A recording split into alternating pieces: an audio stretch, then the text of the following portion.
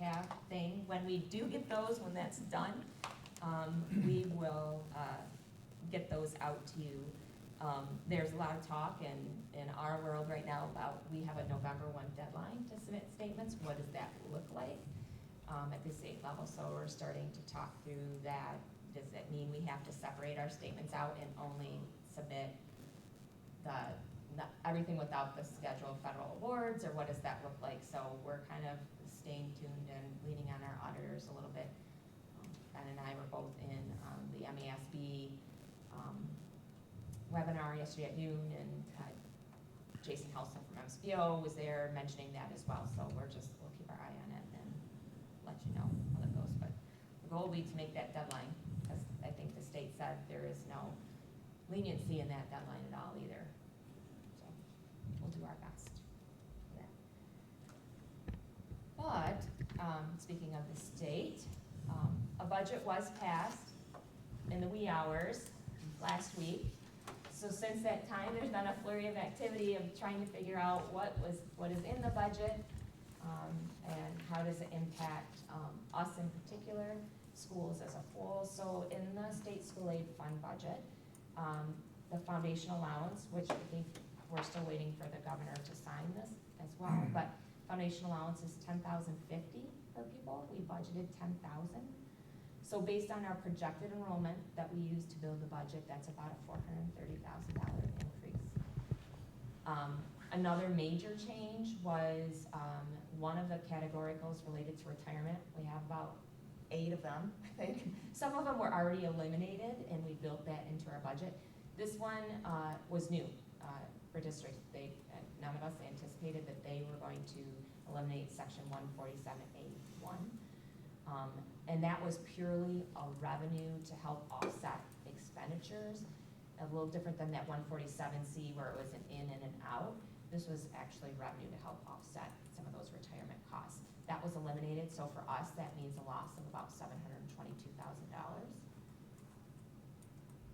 Section 31A, the at-risk categorical grant, was increased, and so our preliminary impact is an increase of $440,000.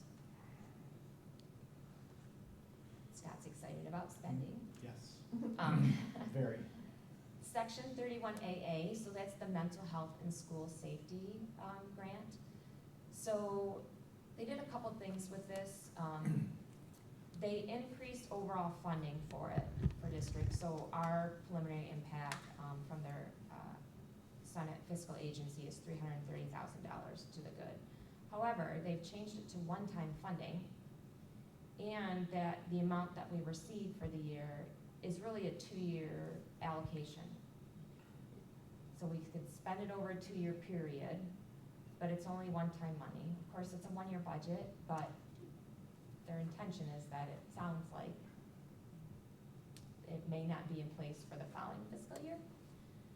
So we'll keep our eyes on that and see if they're, as we move through the year, whatever, and they get ready to do next year's budget. I'm sure there'll be heavy conversations about that, because school districts have come to rely on that to provide supports for our students and our buildings related to school safety and mental health.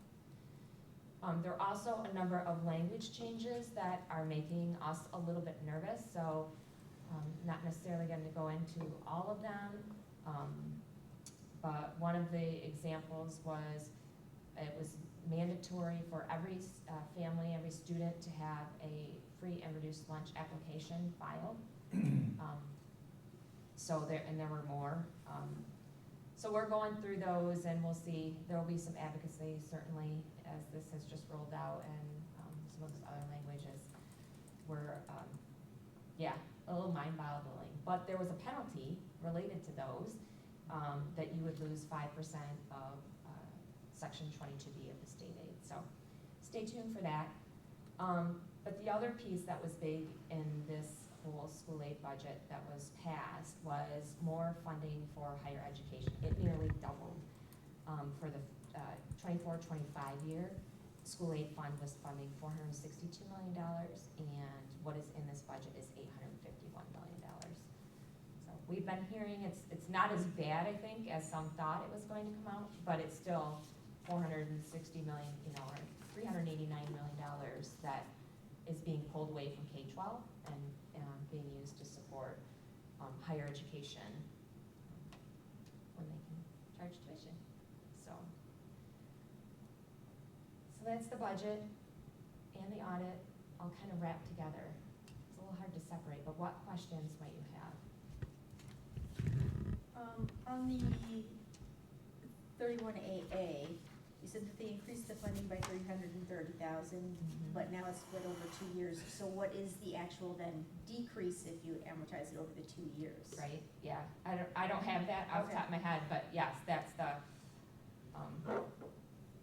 challenge, Okay. that it's really not, it looks great, 330,000, but not so much if you've gotta either gotta spend make it it all last in 2 one years. year or try to spread it out over 2 years, Right. depending on, how you're using those funds. Right now, we are using those funds for staff, a variety of positions that we're funding. If you think of our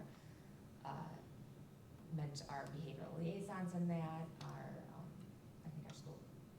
mental health liaisons that we have through Pine Rest are in that, our secondary mental health paraprofessionals are in that, so we have a number of staff positions that are charged to that. We put some language at 31A too, those different buckets, they have 3 different Yeah. buckets too, so we need to understand what that means and what's competitive and what's just getting per pupil to districts as well, so more to come on it. Yeah, it's all still fresh and new, so there's a lot, sometimes it's the devil's in the details, so as we're looking at both the analysis by the Senate and fiscal agencies, and then our associations look at that, and your association, look at that as well, so, as the days progress, then we'll learn a little bit more and more, and what does that mean, and then, like I said, there'll be some advocacy, because there was some language that caught everybody off guard. It was probably part of the compromise, to get them to actually finalize the budget. For the 2-section grants increases, are those expenses we already had planned that it will cover, or will we then put, like for section 31A, additional expenses of 440,000? Like, is that Yeah. net positive, or? The 440 is a net positive. What we'll need to start to look at is, what is the impact for 31AA, right? And is it just, okay, I'm gonna move staff from 31AA into, are there any of those positions that are eligible for 31A?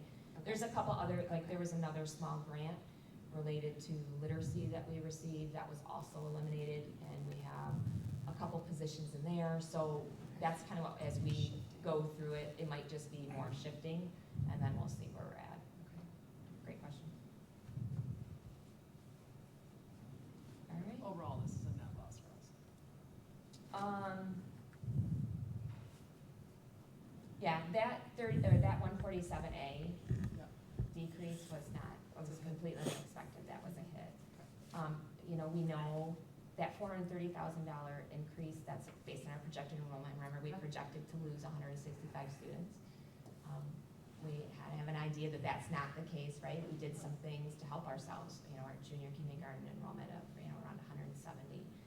We added a few more spots related for our schools of choice, so that certainly has helped us as well. So all of that will flush out, so it'll be a lengthy budget amendment that we'll be bringing to you, probably coming up in, probably our goal will be January again, just because there's some significant changes that we want to get to you guys sooner rather than later. And we know all of our employee contracts expire in June, so we'd rather get this first major amendment done before we start to head into negotiations. Congratulations on getting through another audit, or almost through the bulk of it. I know how much work goes into that and your team. That is so much work, and I know how much extra work it is for grants and audits, and how minutia of the detail they go into, so it's much appreciated. Good job. That's really Tina and her team. Yeah. It is a lot of work, and we had some newer people on the audit this year, and Oh. it's Always fun. it makes it even more challenging because they don't necessarily understand Yeah. whatever, like you have the same thing, and that, okay, this is what school accounting and And so it took a little bit to explain some things, and, you know, sometimes we had to bring in the manager, we're like, here's what it is. They're like, oh, no, you're fine. So it's just that person learning. You know, when I had that in my former district, it was every year. We had the green Maybe folks, and then eventually. people have got to learn, so it's Yes. not that. It just adds to the workload, It does. I think. But, yeah, I'm proud of our team. They did a great job, and Tina is not allowed to go anywhere, and she's top notch. I'll just leave it at that. All right, I will turn it over to Superintendent Kirby for his update. All right,